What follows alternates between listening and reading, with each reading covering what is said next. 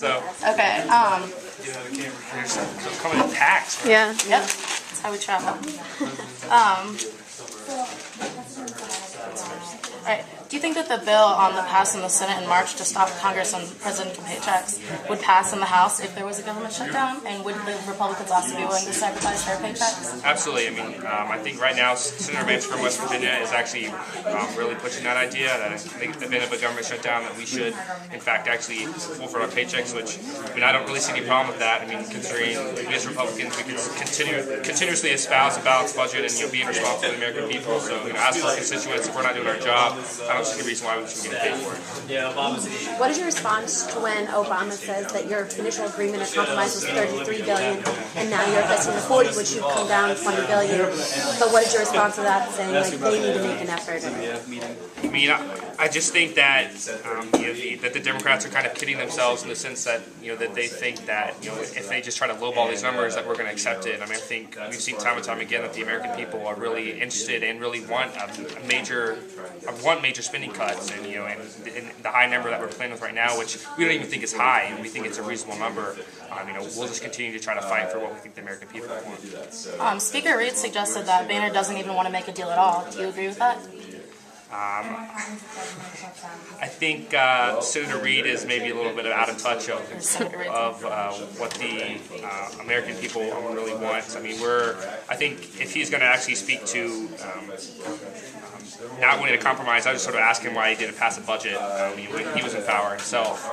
So, you know, I think we've shown time and time again, you know, that we are willing to sort of, you know, to make some amends and make some compromises, but we're interested to see what the Democrats want to do.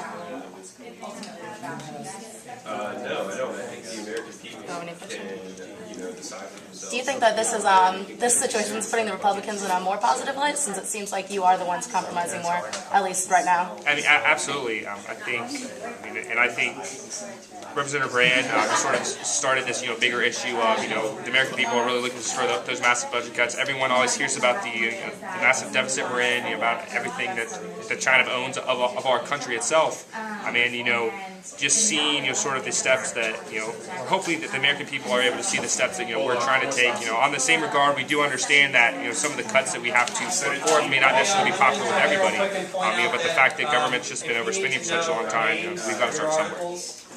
Going along with that, what is your response to when Reed says the funding of abortion doesn't have any place in this, and he doesn't plan on signing anything like that in the bill? I guess if anything, it's more of a representation of, you know, the general social disagreements, you know, that we've had. I mean, I guess in this bill specifically, you know, our constituents, you know, would like to see an inclusion of that topic. You know, and that was just something that we'll continue to push for, and, you know, we'll see what happens. So is the shutdown purely political to try and bring the American people's attention to the deficit, bring it to light, and show everyone how bad it really is?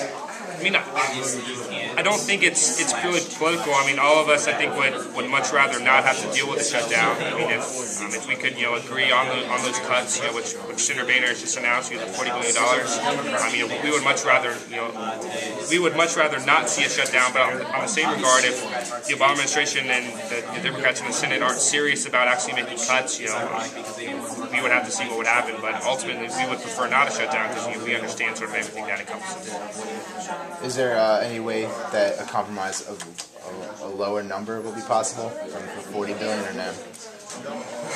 Well, I would say in these closing stages, I mean, I think the negotiations and the compromises, you know,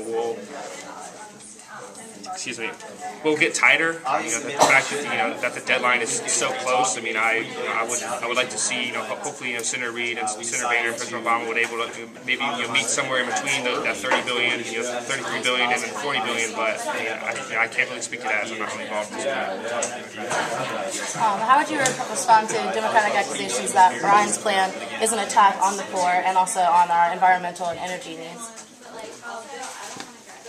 It's always easy to, I think, spin a situation or try to, you know, blame somebody for something that when you don't really know the facts. I mean, really the fact of the matter is, yes, it's $6 billion in cuts, or $6 trillion in cuts. It's $2 more trillion than the original bipartisan committee that Obama convened, to try to determine what would be viable cuts. But I think at the same regard, he's not just purposely cutting things because he wants to attack old people or attack children, which is a common Democratic mantra. That we don't care about the elderly, we don't care about the children.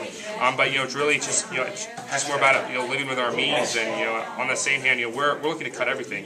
In our current fiscal climate, you can't really expect that nothing's going to be saved. We're cutting from military, we're cutting from discretionary, non-discretionary spending. So it's really just a situation. It's just a moment of the situation, and knowing that we have got to cut everything, but also understanding not that everyone is going to agree with it. If the government shuts down, do you plan on giving up your salary? Absolutely. Question of the day. Speaker Reid said that he believes a government shutdown is likely. Do you agree?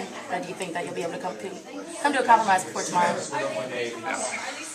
I guess I would like to hope that we could find a compromise, considering the outcomes and everything that would arise from an actual shutdown would be, I think, much worse, and it would sort of just really show the inability of Washington to get things done.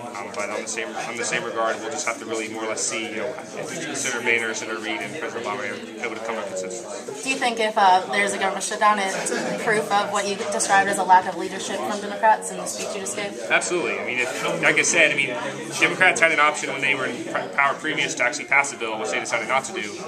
So the fact that now they're trying to play it off that, now that we're in power, they're complaining that they don't like the bill we're passing. Maybe they should have passed one when they were in power. Okay, so since you're the minority leader, you really kind of have no say, as you just said. So what can you do as the minority leader to help the Senate or the Republican Party?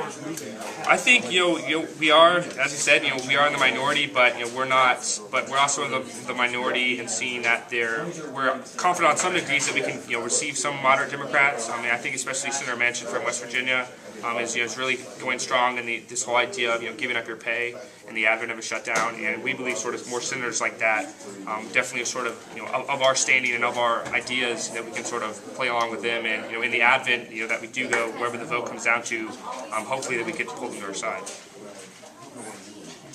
All right, how about 36.5 million? How does that sound? I think you'll have to ask Senator Boehner on that one. All right, let's wrap it up here.